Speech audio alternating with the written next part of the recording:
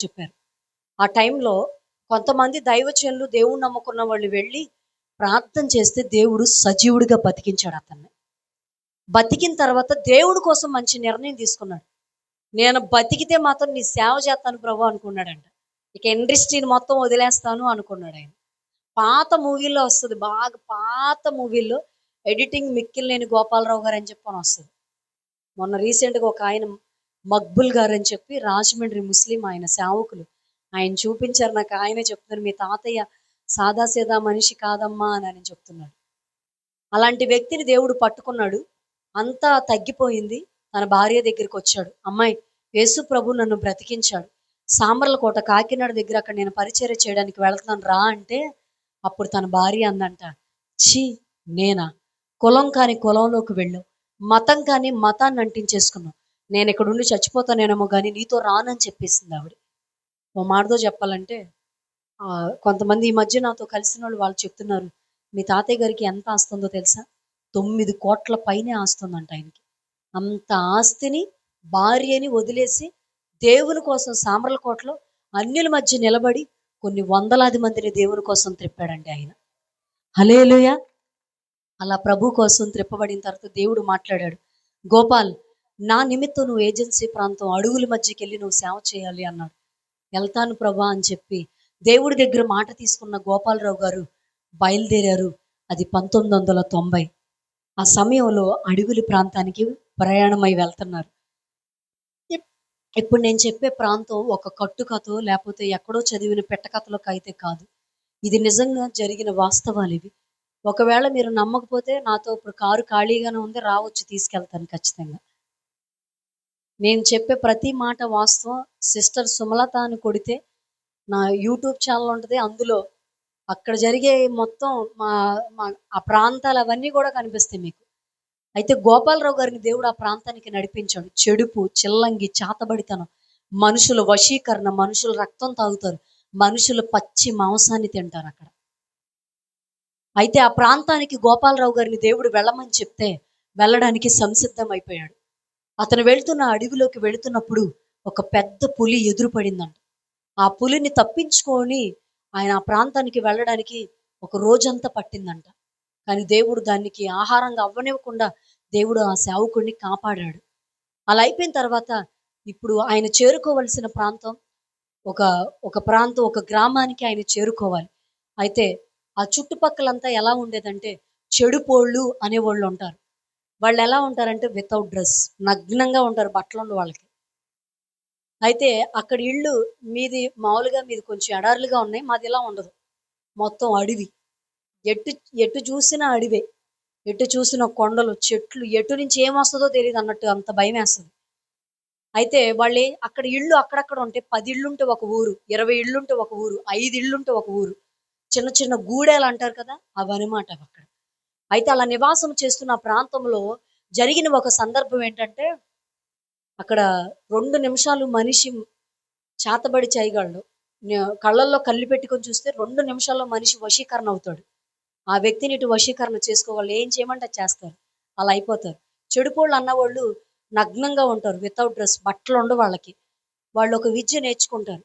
ఎలా అంటే నైట్ 12, 1 గంట అవుతే వాళ్ళెక్కడుంటారంటే, ఏ ఇల్లైతే ఒంటరిగా కొంచెం దూరంగా ఉందో, ఆ ఇంట్లో ఎవరన్నా ఒంటరిగా ఉంటే, వాళ్ళని పగలు మనకలాగే ఉంటారు. పగలు చూస్తారు. టార్గెట్ పెట్టుకుంటారు. వాళ్ళు పెట్టుకొని నలుగురుగా, ముగ్గురుగా వెళతారు. వాళ్ళెళ్ళి వాళ్ళేం చేస్తారంటే, వాళ్ళొస్తున్నప్పుడు ఈ వ్యక్తి ఏమవుతాడంటే, స్పృహ కోల్పోతాడు. అంటే వాళ్ళొక మంత్రం ఏస్తారంటే, వాళ్ళు స్పృహొచ్చేస్తది. ఇంకా మగతులోకి వెళ్ళిపోతారు. అలా వెళ్ళిపోయినప్పుడు ఆళ్ళేం చేస్తారంటే, ఆ వ్యక్తి దగ్గరికి వెళ్ళి, ఇదిగోండి ఈ మెడ మీద, లేపోతే ఈ వేళ్ళ మీద, లేపోతే ఈ అరికాలు, బొటన వేళ్ళ దగ్గర రంధ్రం చేసుకొని రక్తం తాగుతారు వాళ్ళు. పచ్చి రక్తాన్ని. ఒకవేళ ఆ రక్తం తాగేసిన తర్వాత ఈ వ్యక్తికి స్పృహొచ్చి చూస్తే నాలిక పట్టుకొని లాగేస్తారు ఇలాగ. ఆ వ్యక్తి ఇంక చనిపోతాడు. ఊళ్ళో పోలీసులు గాని అక్కడ ఎవరు ఉండరు. అంతా ఊరి పెద్దలతోనే ఎళ్తా ఉంటారు. అయితే ఆ వ్యక్తిని పాతిపెట్టిన తర్వాత ఏ వ్యక్తులైతే రక్తాన్ని తాగారో అదే వ్యక్తులు మరుసటి రోజు వెళ్ళి బాడీని తవ్వేస్తారు. కాల్చరు, అక్కడ ఎక్కువ శాతం తవ్వుతారు. పాతిపెడతారు. ఆ బాడీని తవ్వుకొని పచ్చి మాంసాన్ని తింటారు అక్కడ ఖచ్చితంగా.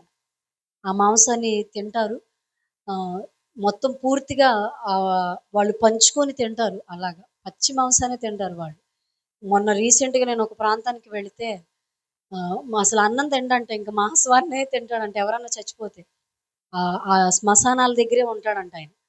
అలాంటి వ్యక్తులు అక్కడ సంచారం చేస్తున్న పిల్లలు. 6 నెలల పిల్లల్ని అక్కడ పొలాలు గట్లు ఇలాంటి పొలం గట్ల దగ్గరుంటే చంపేసి గట్ల దగ్గర పడేసి పైన మట్టి కప్పేస్తారు. మేము ఆ ప్రాంతానికి వెళ్ళినప్పుడు చిన్న చిన్న పుర్రెలు చూసాం. ఏంటి ఇక్కడ ఇన్నున్నాయని చూస్తే వాళ్ళు మాతో కొంతమంది చెప్పారు. ఇక్కడ ఏటేటా ఇట్లా బలిస్తారండి పిల్లల్ని అని చెప్పారు. చాలా భయమేసింది. అసలు నిజంగా ఆ ప్రాంతంలో మేము ఉండలేకపోయాం. మేము అక్కడ ఉన్నాం. ఆ రాత్రి అక్కడ ఉన్నప్పుడు ఆ తెల్లవారుజామున ఏం చేశారంటే, ఒక వ్యక్తిని ఎన్నో రోజులు పెట్టి దాసేసారంట. దాసేసి ఆ వ్యక్తిని అక్కడ పొలాలది ఆ ఇంట్లోని ఒక ఇంట్లో నరికి మూటలో కట్టేసి కర్ర పెట్టి ఆ మూటకి మోసుకొని వెళ్ళిపోతున్నారు. ఏంటని మేము చూసాం. చూస్తే మనిషిని చంపేశారు. కింద బ్లడ్ కారిపోతుంది అలా. అసలు చాలా భయమేసింది. అలాంటి ప్రాంతంలో గోపాలరావు గారిని దేవుడు పంపించాడు. ఆయన వెళ్ళినప్పుడు ఇక్కడ ఎదర చిన్నపిల్లలు కూర్చున్నారు. ఇందాక నాకు రాయి అందించాడు కదా బొడ్డోడు. అంత పిల్లలు కూడా పచ్చి నాటు సారా కళ్ళు తాగుతారు. ప్రతి ఇంట్లో కా ప్రతి ఇంట్లో నాటు సారా కళ్ళు కాస్తా ఉంటారు. అంత బానిసైపోయి అంత ఎడిట్ అయిపోయే ప్రాంత ప్రజలనమాట. ఆడవాళ్ళు, మగవాళ్ళ సైతం కూడా వాళ్ళు ఎక్కువగా తాగుతూ ఉంటారు. ఆ ప్రాంతానికి గోపాలరావు గారిని దేవుడు పంపిస్తే ముందుగా వాళ్ళు దేవుడి మాట వినలేదు. కానీ ఆయన ఎంతో రోషం కలిగిన సేవకుడు. ఒక మాట చెప్పాడంటే అది జరిగిపోయేది. ఒక వ్యక్తి ప్రార్థన చేయించుకుంటాకొస్తే ఎందుకొచ్చావు అని అడగకుండానే ఆ వ్యక్తి ఏ సమస్యతో వచ్చిందో కూడా చెప్పేసేవారంట. అంత పరిశుద్ధాత్మతో నింపబడ్డారు ఆ సేవకులు. చెడుపోళ్ళు అన్నవాళ్ళు కూడా ఒకరోజు ఒక ఇంట్లో ఉంటే గోపాలరావు గారిని కూడా ఇక రక్తం తాగి చంపేద్దామని వచ్చారంట. కానీ వాళ్ళ సైతం పరిగెత్తిచ్చాడంట ఆయన. అంత పరిశుద్ధాత్మతో నింపబడ్డాడు ఆ సేవకుడు. అలా దేవుని మాటలు చెప్పగా చెప్పగా చెప్పగా చెడుపు, చిల్లంగి, త్రాగుడు వ్యసనాలకి బానిసైపోయిన 70 కుటుంబాల్ని ఆయన ప్రభు ఒక రక్షణలోకి ఆయన నడిపించుకోగలిగారండి. అలా ప్రభు రక్షణలోకి వాళ్ళు వచ్చారు. ప్రభువుని తెలుసుకున్నారు. కొండ దేవుళ్ళని ఆరాధించడం వదిలేశారు. మీరు నమ్ముతారు అనుకున్నాను. యేసు ప్రభుని నమ్ముకొని ఇన్నేళ్ళు ఇన్ని సంవత్సరాలు అయిపోతున్నా కూడా మానవలసిన వ్యసనాలు మానట్ల చాలా మంది. కానీ వాళ్ళు ఏం మానేశారో తెలుసా? వాళ్ళ బతుకు తెరువు సారా అమ్మటం. అది అమ్ముకొనే వాళ్ళు బతకాలి. 60 కుటుంబాలు సారా సారా కాయటం, సారా అమ్మటం మానేసి దేవుని మీద ఆధారపడి ఇప్పటికీ దేవుని కోసం నిలబడ్డారు అక్కడ. చెప్పండి స్తోత్రం గట్టిగా. అంత కృపిచ్చాడు దేవుడు అక్కడ. అంతమంది వాళ్ళు ఆగిపోయారు. అసలు వాళ్ళ భవిష్యత్తులే అవి. అలాంటిది దేవుడు వాళ్ళని నిలబెట్టుకొని బలంగా వాడుకుంటున్నాడు. అలా ఏజెన్సీ ప్రాంత ప్రజలందరూ కూడా మంచిగా ప్రభువుని తెలుసుకున్నారు. ఇదిగోండి ఇలాంటి వాటర్ బాటిల్ తెచ్చుకోవాలన్నా ఒక 30 కిలోమీటర్లు మేము బయటికి వెళ్ళాలి ప్రజెంట్ ఇప్పటికి కూడా. కూరగాయలు కానీ ఏమీ దొరకవు మాకు. ఫోన్ మాట్లాడాలంటే 7 అంతస్తులు కొండ పైకెక్కి ఇలా పట్టుకుంటే ఇటుగాని ఇటుగాని ఇలా తిప్పకూడదు. ఇలా పట్టుకుంటే జియో సిగ్నల్ పడిద్ది. అప్పుడు మాట్లాడాలి. కరెంట్ కూడా సరిగ్గా ఉండవు అక్కడ. ఎక్కువ కొంచెం అప్పట్లో నక్సలైట్ ప్రాబ్లంలు ఎక్కువ ఉండేవి. అసలు చాలా భయంకరంగా ఉండేవి. మృగాలు తిరుగుతూ ఉండేవి కొండ చిలవలో. అవి ఎక్కువగా ఉండేవి ఒక ప్రాంతంలో అయితే. అలాంటి ప్రాంతంలో గోపాలరావు గారు నిలబడి దేవుని కోసం సేవ చేస్తున్న టైంలో ఆయన సంఘంతో ఒక రోజు అన్నారు, నా సమయం అయిపోయిందిరా, నేను దేవుని రాజ్యానికి వెళ్ళిపోయే దినం వచ్చిందని అని చెప్పి ఏ వారం చచ్చిపోబోతున్నారు, ఏ టైంలో చనిపోతున్నారు, ఏ సమయంలో ఆయన ప్రభు దగ్గరికి వెళ్ళిపోతాడో అంతా సంఘానికి చెప్తుంటే వాళ్ళు ఏడుస్తున్నారు. అయ్యా అలా అనకండి అయ్యా, ఈ అడవిలో మాకు దేవుని మాటలు చెప్పేవాళ్ళు ఎవరు ఉండరు మీరు లేకపోతే అని అంటే అప్పుడు ఆయన అన్నారంట, నేను లేకపోయినా సరే మీకు దేవుని మాటలు చెప్పడానికి నా వంశంలోంచి నా కుటుంబంలోంచి యమనస్తులు వస్తారా, వాళ్ళే ఈ సేవను జరిగిస్తారు, వాళ్ళు వచ్చే వరకు ప్రార్థన చేయండి అన్నారంట. అన్న పాస్టర్ గారు గోపాలరావు గారు 2009 నవంబర్ 14వ తారీఖున దేవుని రాజ్యానికి వెళ్ళిపోయారు. వెళ్ళిపోయిన తర్వాత గోపాలరావు గారి యొక్క మనవడు సునీల్ గారు కాకినాడ పోర్ట్లో ఉద్యోగం చేస్తున్నారు, మంచి ఉద్యోగం. ఆ ఉద్యోగం చేస్తుండగా తల్లిదండ్రులు మాట్లాడారు, అడవిలో మీ సేవలు తాతయ్య చనిపోయాడు, సేవ కుంటిపడిపోతుంది, సేవకులు లేరు, నువ్వే వెళ్ళి సేవ చేయాలంటే నేనా, భుజాన ఒక సంచి తగిలించుకొని ఆ ఇంటికి తిరిగే కర్మ నాకు పట్ల, నాకు మంచి ఉన్నతమైన ఉద్యోగం అని చెప్పాడు. అలా చెప్పిన తర్వాత అక్కడ జరిగిన విషయం ఏంటంటే సునీల్ గారు ఎవ్వరు చెప్పినా వెళ్ళలేదు, కానీ దేవుడు చెప్తేనే విన్నాడు. ఎప్పుడంటే ఇక వెళ్ళిపోదాం అనే టైంలో అతనితో ఒక స్వరం మాట్లాడింది, సునీల్, నా నిమిత్తము అడవిలో ప్రజలు వాక్యం లేక అలమటించిపోతున్నారు, నువ్వు వెళ్ళకపోతే నేను నిన్ను తీసుకెళ్ళి కూర్చోపెడతానన్న ఒక్క స్వరం సునీల్ గారితో మాట్లాడి, ఆయన వయసు కరెక్ట్గా 2010, 21 సంవత్సరం ఆయన వయసు. ఆ టైంలో దేవుడు ఆ యవనస్తుని ఎన్నుకొని ఏర్పరచుకొని ప్రభు సేవ కోసం ఆ యొక్క ఏజెన్సీ ప్రాంతాలకి దేవుడు తీసుకొని వెళ్ళాడండి. హల్లెలూయా. ఆ ప్రాంతానికి వెళ్ళారు. చిన్న వయసులో నేను అంటాను, నిజంగా ఆయన మిషనరీ.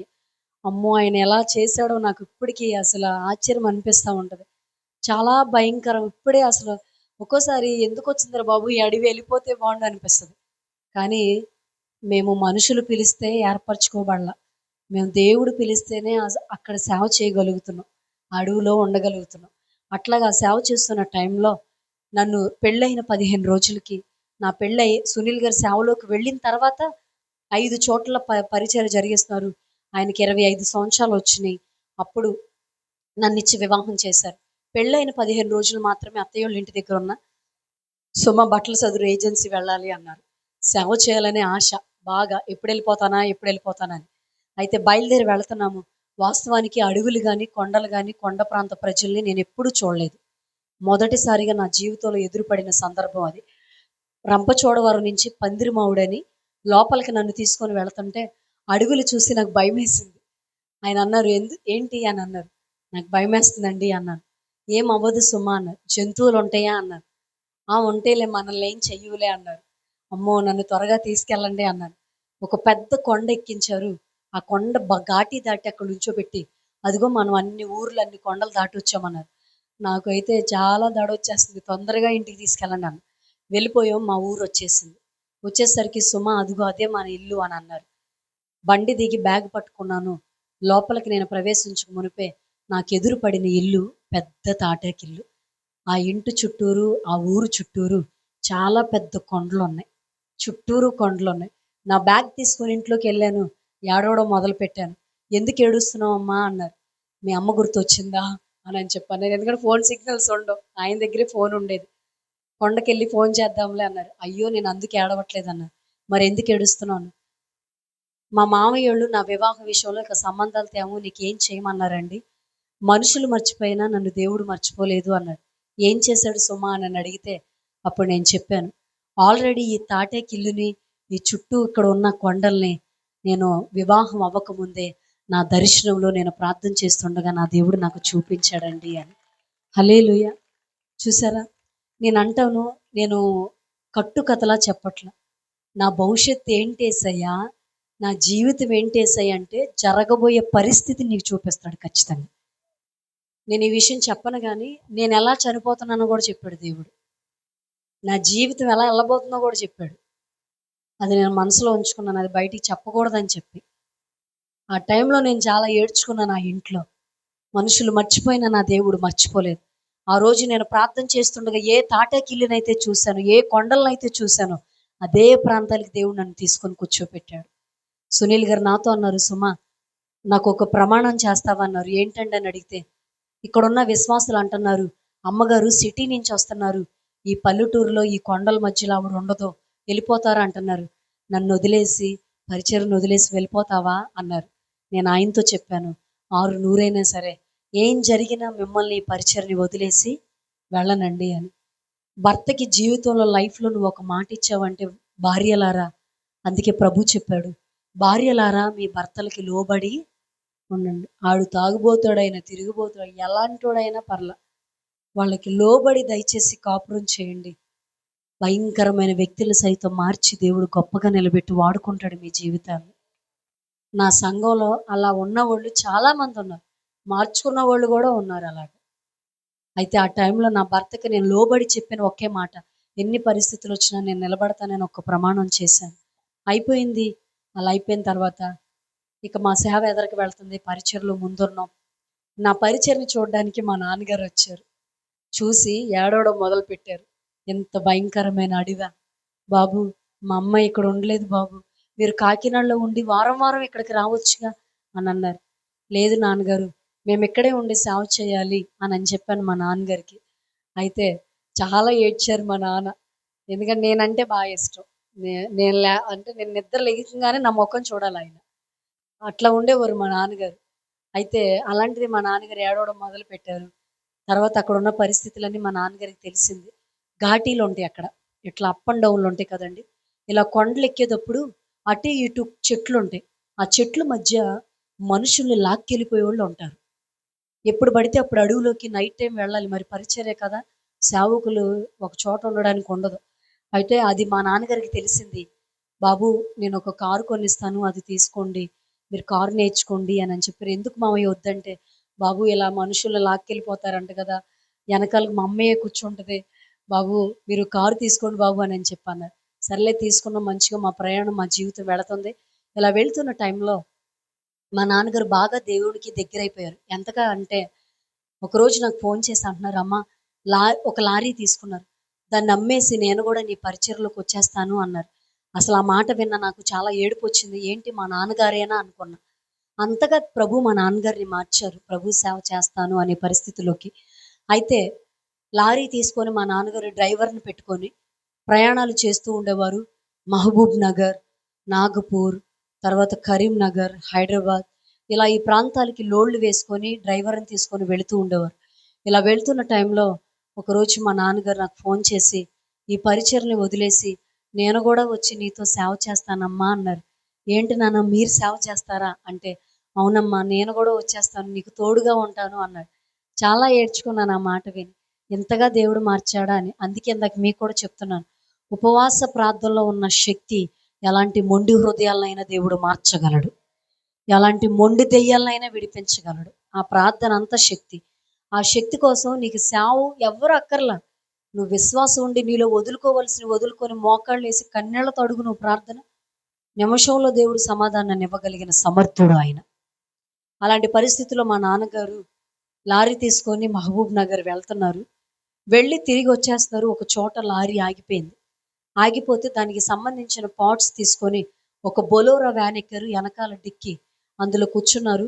అయితే కరీంనగర్ నుంచి మా నాన్నగారు తొర్రూరు అనే ప్రాంతం దగ్గరికి వచ్చేలోపు నైటు నైటు టైము 2, 1 అవుతుంది. డ్రైవర్ 90, 80 స్పీడ్‌లో వెళ్తుండగా ఒక్కసారిగా బొలోరో వ్యాన్ తీసుకెళ్ళి దేనికో గుద్దేసరికి ఒక్కసారిగా 2 పల్టీలు పడిపోయింది బొలోరో.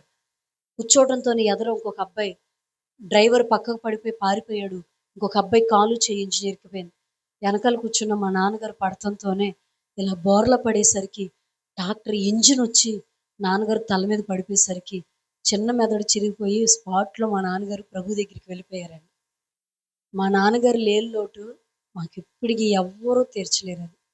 ఒక్క ప్రభువు తప్ప. ఎందుకంటే అది మేము ఇప్పటికీ అనుభవిస్తున్నాను. నా జీవితంలో ఇప్పటికీ నేను అనుకుంటాను. ఎవ్వరు లేకపోయినా మా నాన్నున్నా ఎంత బాగుండేదో అనిపించింది నా జీవితంలో చాలా సార్లు.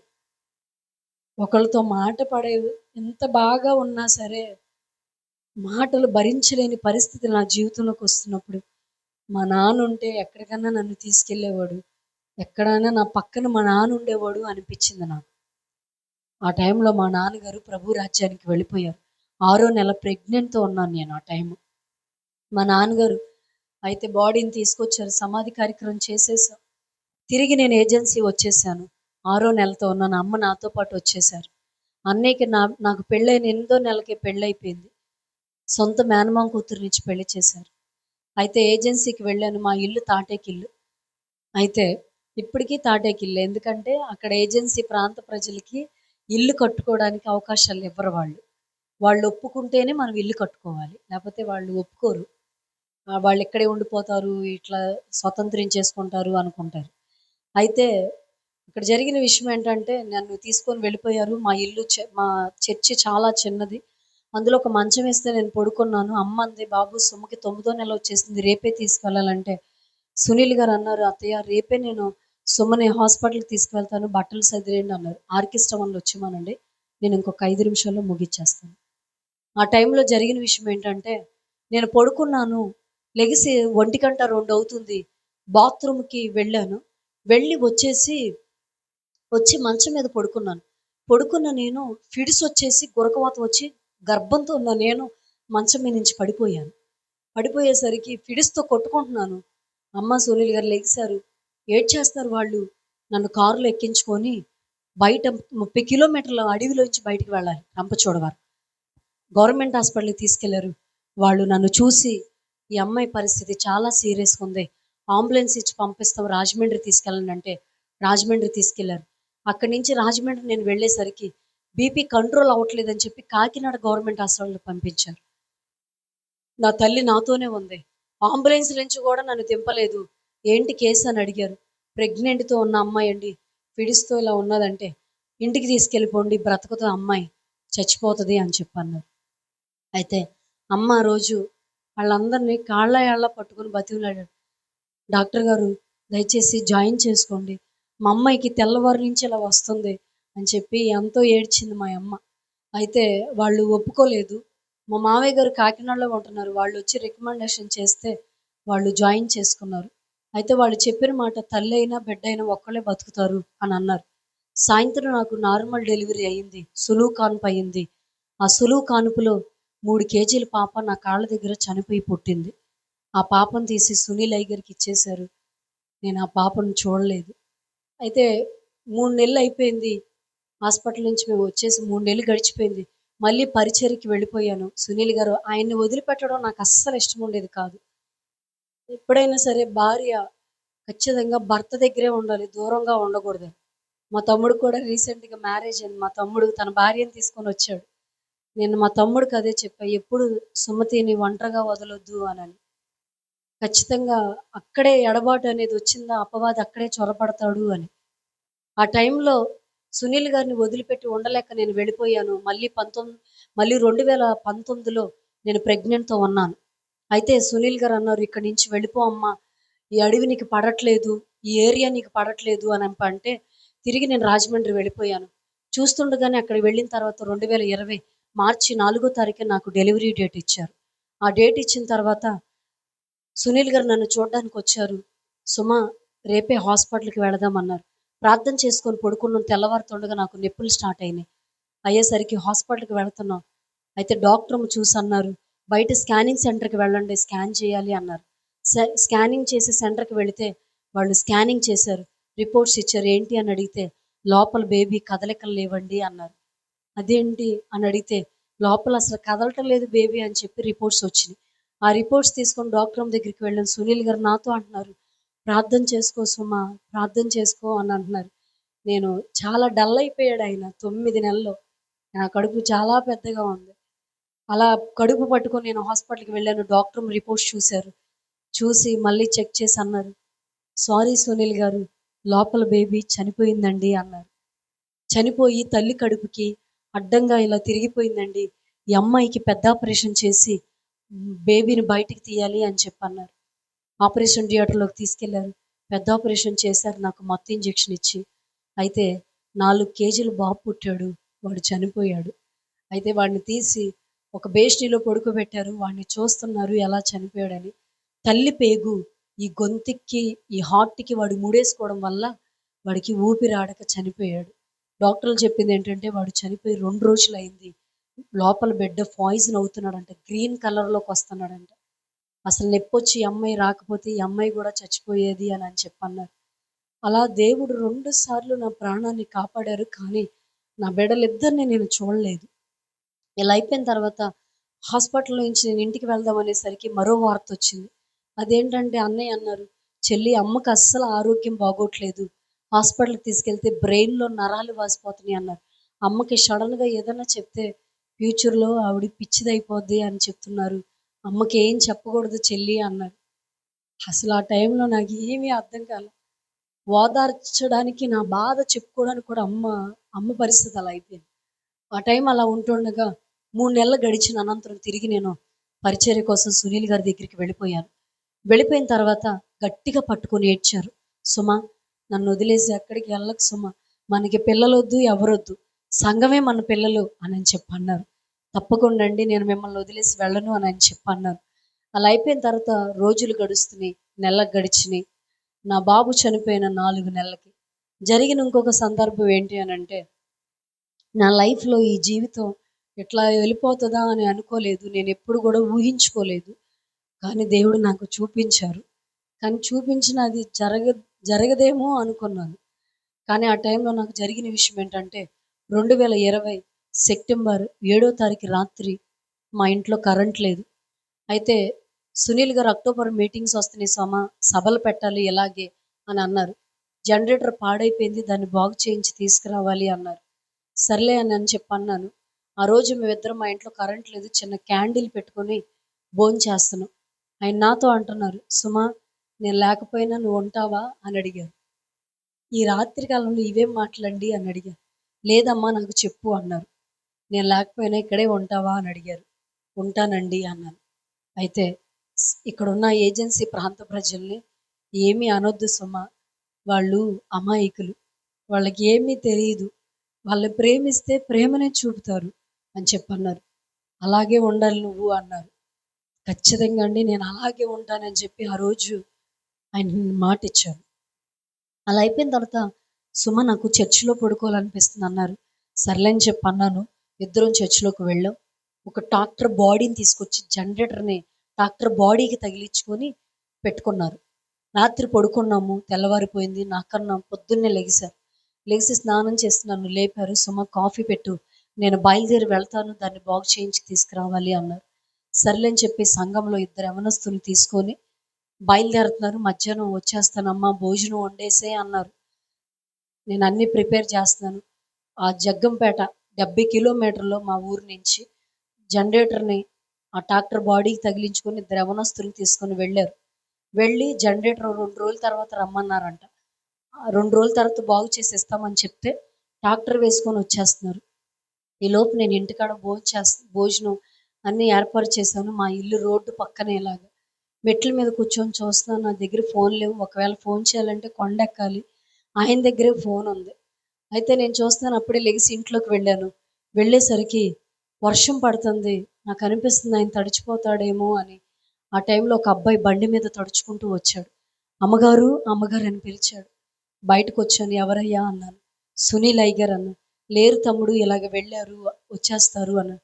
అది కాదు అమ్మగారు, సునీల్ అయ్యగారు వస్తున్న ట్రాక్టర్ ఈ ఊరు చివర 10 కిలోమీటర్లో లోయలో తిరగబడిపోయిందండి అన్నాడు. అనేసరికి ఒక్కసారిగా నాకు కాళ్ళు చేతులు ఆడలేదండి. ఆ రోజు నేను కలిగి ఉన్న నా ప్రభువుని నేను మర్చిపోలేకపోయాను. ఆ రోజు ఆ సమయం ఆ దినం మరి ఒకవేళ వస్తే నేను అసలు ఏమైపోతానో అనిపించింది. అలా చెప్పేసి అబ్బాయి వెళ్ళిపోయాడు. నాన్న వాళ్ళు నాకు అక్కడ ఎవరూ లేరు. నేను ఒక్కదాన్నే ఉన్నాను. మా సంఘ విశ్వాసులు ఎవరు నాతో పెద్దగా భయం వాళ్ళకి. ఒక ఒక మెయింటెనెన్స్ చేస్తారు, దూరంగా ఉంటారు. ఆ టైంలో నాకేం చేయాలో అర్థం కాల. రోడ్డు మీదకి వచ్చేసాను. ఒక ఆటో వెళ్తుంటే, తమ్ముడు పలానా చోట యాక్సిడెంట్ జరిగింది, ప్లీజ్ నన్ను తీసుకెళ్ళరా అని అడిగాను. అలా అడిగిన తర్వాత నన్ను వాళ్ళు ఆటో ఎక్కించుకున్నారు. నేను వెళ్తున్నాను. కొంచెం ఎదరికి 3 కిలోమీటర్లు వెళ్ళాను. వెళ్ళేసరికి మా సంఘంలో కృపన్న అని చెప్పి సునీల్ గారికి బెస్ట్ ఫ్రెండ్. నాకు కూరగాయలు తేవాలన్నా, మంచినీళ్ళు తేవాలన్నా అన్నయ్య తీసుకొచ్చి ఇచ్చేవాడు. అయితే అన్నయ్య ఆపేశాడు ఆటో. అన్నయ్యని చూసేసరికి బాధేసేసింది. అన్నయ్య ఆయనకి యాక్సిడెంట్ అయిందంట, రండి త్వరగా వెళ్దాం అని ఆయన చెప్పన్నాను.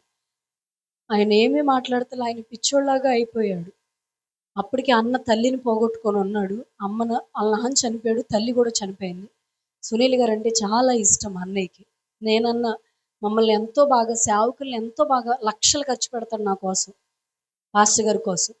అలాంటి అన్నయ్య నిలబడి అన్నాడు, అన్నయ్య రండి త్వరగా వెళ్దాం వెళ్దాం అంటే అన్నయ్య అన్నాడు, అయ్యగారు లేరు అమ్మగారు, అయ్యగారు చనిపోయారండి అన్నాడు.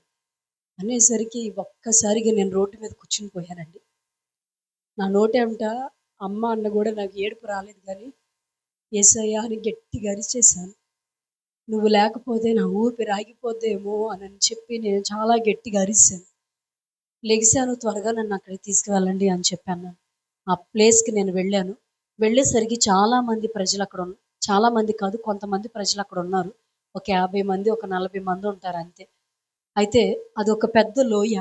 ఆ లోయలో ట్రాక్టర్ తిరగబడిపోయింది. సునీల్ గారిని వెతుకుతున్నాను, కనిపించట్లేదు. కింద లోయలోకి నేను దిగాను.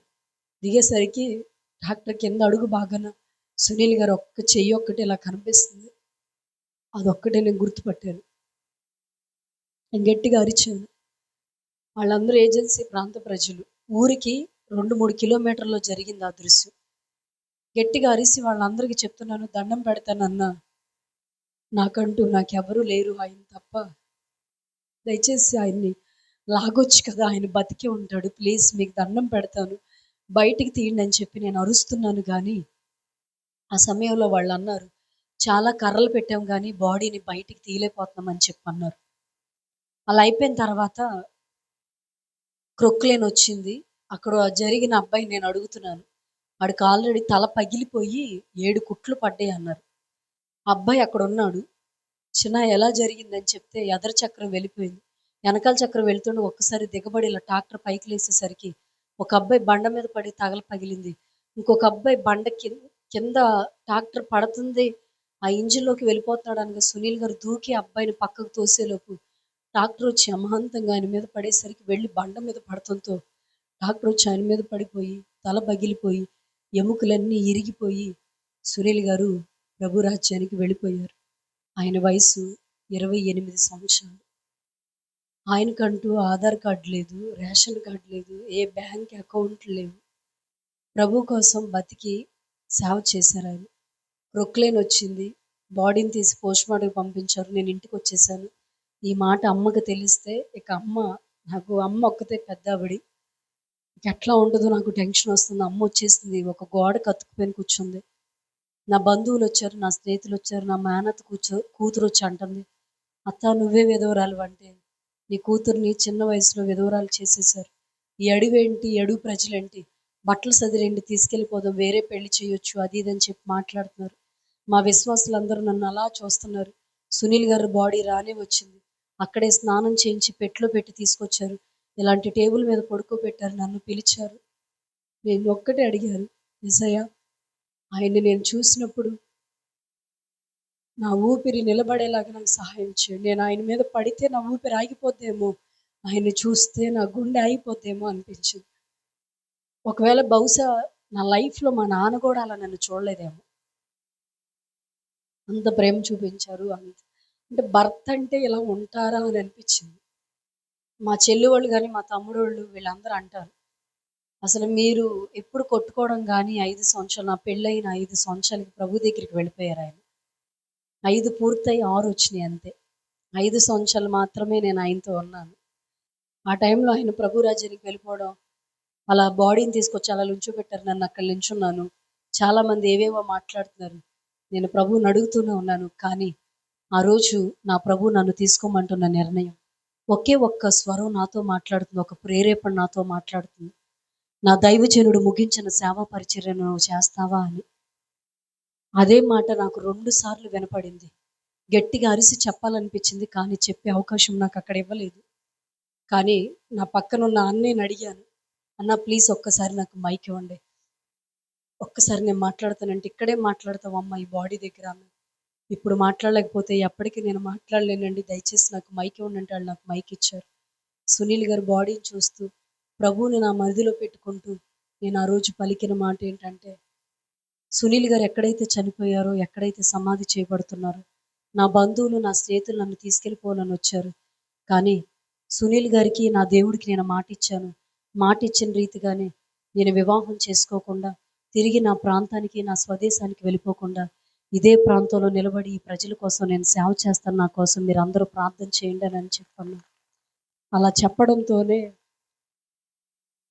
అందరూ వదిలేసినట్టుగా అయిపోయింది నా పరిస్థితి. దేవుని కోసం తీసుకున్న నిర్ణయం నా జీవితంలో చాలా భయంకరమైన ఆందోళనతో వెళ్ళిపోయింది. అందరూ వెళ్ళిపోయారండి. అమ్మ స్రోలోకి రాలా. అన్నయ్య, చెల్లి, మా మరదలు మాత్రమే ఉన్నారు.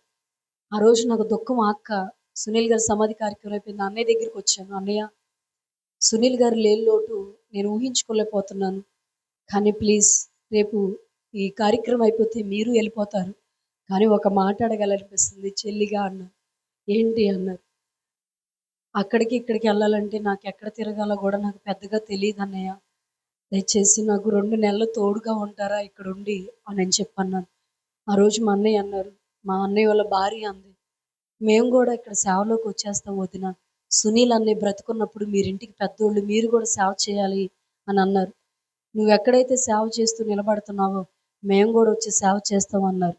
నిజంగా ఆ రోజు నా కుటుంబంలో నేను తీసుకున్న నిర్ణయం, మా నాన్న మారిపోతే లైఫ్లో నేను నీకోసం నిలబడతానని నేను ఒక్కదాన్ని తీసుకున్న నిర్ణయం నా చెల్లిని, నా అన్నయ్యను కూడా దైవజనులుగా ఈరోజు నిలబెట్టి ప్రభు వాడుకుంటున్నాడండి. అలా అవ్విన తర్వాత సునీల్ గారు పెట్టవలసిన మీటింగ్స్ పెట్టాను. ఇలా మైక్ పట్టుకోవాలంటే వణుకొచ్చి షేక్ వచ్చేది. ఆడపిల్లలు స్టేజ్ ఎక్కి మాట్లాడొచ్చా, వాక్యాలు చెప్పొచ్చా అభిషేకించకుండా, అది ఇది అని చెప్పి అన్నారు. అప్పుడు ప్రభు ఒక మాట నాకు చూపించారు. అదే మొదటిసారి ఆ మాట నేను చూడడం. అపోస్తుల కార్యం 2వ అధ్యాయం మీరు చూడక్కర్లేదు కానీ 27వ వచనం ఇంటికెళ్ళినా చదవండి. అంత్యకాలంలో నా పనివారి మీదను పనికత్తెల మీదను నా దాసుల మీదను నా దాసురాళ్ల మీదను అంత్యకాలంలో నా ఆత్మ నేను కుమ్మరించబోతున్నానని చెప్పి ఆ వాగ్దానంతో దేవుడు నాతో మాట్లాడాడు.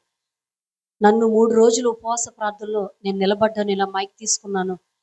ఒక సేవకుడు వచ్చాడు. ఆయన అన్నారు, చాలా మంచి పరిశుద్ధులు, ప్రార్థన పరులు, ఇజ్రాయెల్ నుంచి అప్పుడే వచ్చారు. ఎంత ఒలివ బాటిల్ తీసుకున్నారు. 8,000 అంట బాటిల్. ఎంత ఉంటుంది, చెప్పలేనంత స్మెల్ అది.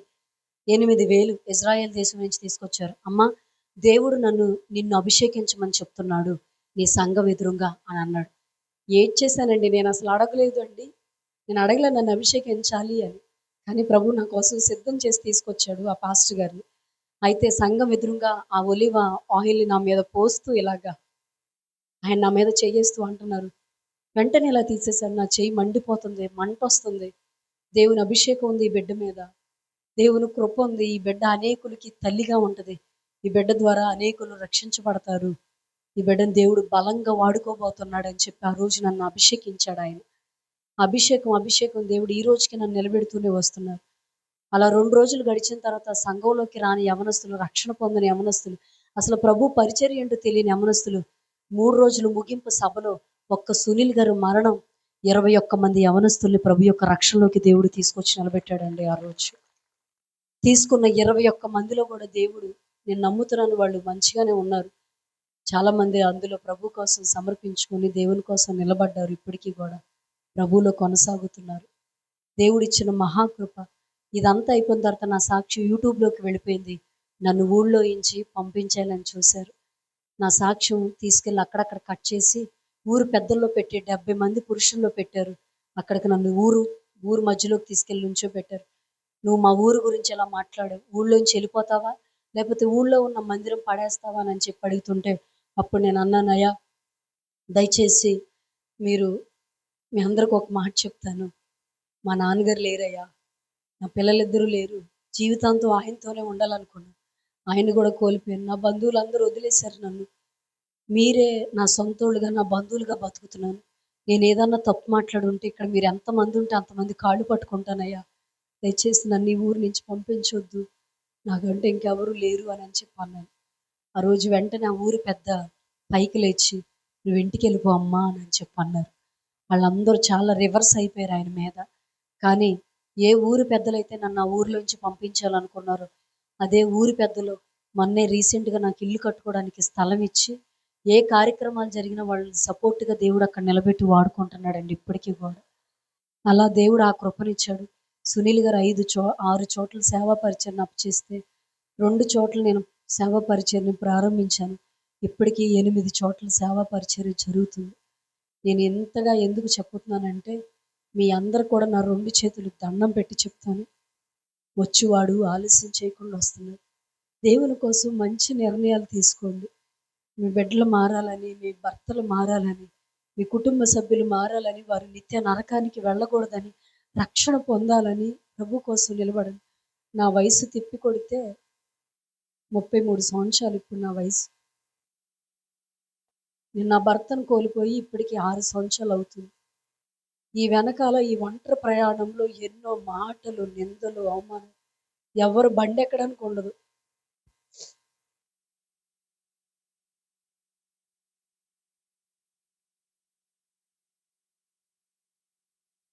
కొన్ని సందర్భాల్లో ఎవరితో ప్రయాణం చేయాలో కూడా భయం వేస్తుంది. వెళ్ళిన కాడి నుంచి గబుక్కుని ఏమనుకుంటారో, ఓహో పాస్టమ్ గారు వాళ్ళ బండి ఎక్కేసింది, అలా ఇలా అనుకుంటారని చెప్పి నేను ఈ మధ్య బాగా అలవాటు చేసుకున్నాను. ఎంత దూరమైనా సరే ఒంటరిగానే వెళ్ళిపోవాలి. మీ అందరికీ ఎందుకు ఈ మాట చెప్తున్నానంటే, ఒక్క మాట, ఎంత కృపతో నిలబడడానికి దేవుని కృప ఒకటైతే, 2 లోకంలో ఉన్నవాడి కన్నా మనలో ఉన్నవాడు చాలా గొప్పవాడు. ఆ గొప్పవాడే సుమలతగా పిలువబడుతున్న నన్ను నిలబెట్టుకున్నాడు తప్ప గాని నేను ఆఫ్టర్ ఆడపిల్లని నేనేం చేయలేను.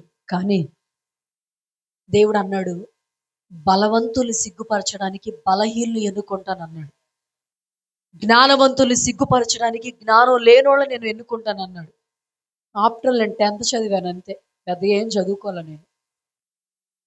దేవుడు ప్రతి స్థలంలో పిలుచుకుంటూ నిలబెడుతున్నాడు. నాకు ఎందుకో మిమ్మల్ని చూస్తుంటే ఈ మాటలు చెప్పాలనిపిస్తుంది. దేవుని కోసం నిలబడండి మంచిగా.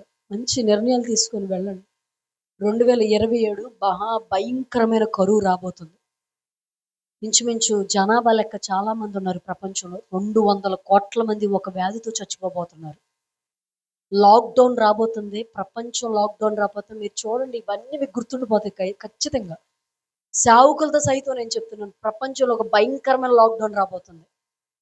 అది ఆల్రెడీ నరేంద్ర మోడీ గారు చెప్పేసి జస్ట్ పార్లమెంట్లో చెప్పేసి వదిలేశాడు అంతే. లాక్డౌన్ రాబోతుంది. కరోనా ప్రభు దగ్గర నుంచి వచ్చింది కాదు, దానికన్నా భయంకరమైన వ్యాధి రాబోతుంది. మేము ఊరికి దూరంలో ఉన్నాం కదా, అలా ఇలాంటివి కాదంట, గాల్లో వదిలేస్తారంట ఆ వ్యాధిని అంతే. 200 కోట్ల మందిని చంపాలనే టార్గెట్ శత్రువుకి, సాతానికి విరోధైన అపవాది. అలాంటి టైంలో ఉన్నాం. ఇంకా ఏమి సంపాదించుకుందామా, ఏమి ధరించుకుందామా, ఏమి తిందుమా, ఏమి తాగుదామా అని ఆలోచించుకోండి. రేపటి గురించి మీరు ఆలోచించొద్దు. మొదట ఆయన నీతిని, ఆయన రాజ్యాన్ని వెతకండి. దయచేసి మీకేం కావాలో దేవుడు మీకు ఇస్తాడు, మిమ్మల్ని పోషిస్తాడు, నన్ను పోషిస్తున్నాడు. నిజంగా నేను చెప్తున్నా, నా పట్ల చేసిన అద్భుతాలు ఒక డైరీ సరిపోదు. నాకు ఇది తినాలనిపిస్తుంది అంటే నేను మనసులో అనుకుంటే చాలు, వెంటనే జస్ట్ చిన్న ఉదాహరణ చెప్పేసి ముగిచ్చేస్తాను. ఇంచుమించు ఒక 10 దేశాల కన్నా ఎక్కువే ఆ దేశాల నుంచి నాకు ఫోన్ చేస్తూ ఉంటారు. స్విట్జర్లాండ్, ఇంగ్లాండ్, అమెరికా, రష్యా, ఆ ప్రాంతాల నుంచి నాకు ఫోన్ చేస్తున్నారు. చేసినప్పుడు ఒక ఆయన, నేను అనుకున్నా జస్ట్ బ్యాగ్ లేదు, జస్ట్ బ్యాగ్ కొనుక్కోవాలి బట్టలు పెట్టుకోవడానికి అనుకున్నా. ఒక ఆయన నాకు రీసెంట్గా స్విట్జర్లాండ్ నుంచి ఫోన్ చేసి, అమ్మగారు నేను మీకు పాకిస్తాన్ నుంచి ఒక బ్యాగ్ పంపిస్తున్నాను కొరియర్లో, అది మీరు తీసుకోండి అని అన్నారు. నాకు ఏడుపు వచ్చేసింది. ఎందుకో చెప్పనా, నా గుండెలో ఎంత కన్నీరున్నా, ఎంత వేదన ఉన్నా, నా ప్రభు పని చేయాలి, ప్రభు కోసం నిలబడాలి, ఇతరుల్ని ప్రభు వైపు త్రిప్పాలనే ఒక ప్రేరేపణ, నీ ప్రతి అవసరం తీర్చడానికి ఈరోజు నీ దేవుడు రెడీగా ఉన్నాడు. హల్లెలూయా. ఆ కృప మీకు కావాలంటే నేను ముగించేస్తున్నాను. లేచి నిలబడండి దయచేసి. 2 చేతులు జోడించి యేసయ్య దగ్గర ఒక్క ఒడంబడిక చేసుకొని ఈ రాత్రి ఇక్కడ ఒక్క నిర్ణయం తీసుకొని వెళ్ళండి. నా జీవితంలో నా 19 సంవత్సరాల వయసులో ప్రభు దగ్గర నేను తీసుకున్న నిర్ణయం, దేవుడు ఒక అద్భుతాన్ని జరిగించాడు మా ఇంట్లో. ఈరోజు నా చెల్లి కైకలూరులో సేవ చేస్తుంది పాస్టమ్మ గారిగా. మా అన్నయ్య నాతో పాటు కలిసి సేవ చేస్తారు. నా కుటుంబం పరిచయలో ఉన్నాం. ఇది కేవలం దేవుడిచ్చిన కృపే. ఈరోజు 2 చేతులు జోడించి దయచేసి కళ్ళు మూసుకోండి. ప్రభు పాదాలు పట్టుకొని స్వరం తెరిచి ఒక్క మాట యేసయ్య దగ్గర నీ కుటుంబం కోసం చెప్పుకో. అమ్మా, నీ బిడ్డల భవిష్యత్తు ఏంటో నీకు తెలుసు. నువ్వు ఎలా అడుగుతావో నాకు తెలియదు, కానీ నీ కన్నీళ్ళు చాలా విలువైనవి. నీ కన్నీళ్ళు నా కవిలిలోనూ నా బుడ్డిలోనూ దాస్తానన్నాడు. అవి కింద పడటం కూడా ఆయనకి ఇష్టం లేదు తెలుసా. నీ ఏడుపు చూస్తే నీ దేవుడు ఆగిపోతాడండి. నీ కన్నీరు చూసి నీ దేవుడు ఆగిపోతాడు. స్వరం తెరిచి ప్రార్థన చేయి. ఆత్మతో నింపబడిన దానివైతే ఈ వాక్యాన్ని విన్న నీవు, ఈ మాటలు విన్న నీవు స్వరం తెరిచి యేసయ్యా అని పిలిచి అడుగు. నాకు నువ్వే దిక్కు ప్రభువా, నా కుటుంబానికి నీవే రక్షకుడు అయ్యా. త్రోవ పక్కన కూర్చున్న గుడ్డివాడు కేకలు వేస్తున్నాడు, దావీదు కుమారుడా యేసు నన్ను దాటిపోవద్దయ్యా, నా పరిస్థితులు దాటి వెళ్ళొద్దు యేసయ్యా అని చెప్పి ఏడుస్తున్నాడు కదా. దయచేసి అడగండి అమ్మా. చిన్న పిల్లలు సైతం, యవనస్తులు సైతం, తమ్ముడు అన్న దయచేసి ప్రార్థన చేయండి. పెద్దవాళ్ళు సైతం కూడా, స్త్రీలు కూడా, ఇది నువ్వు ఏడవలసిన సమయం, దేవుని పాదాలు పట్టుకున్న సమయం. పశ్చాత్తాపంతో నీవు కనబడుతున్న ప్రతి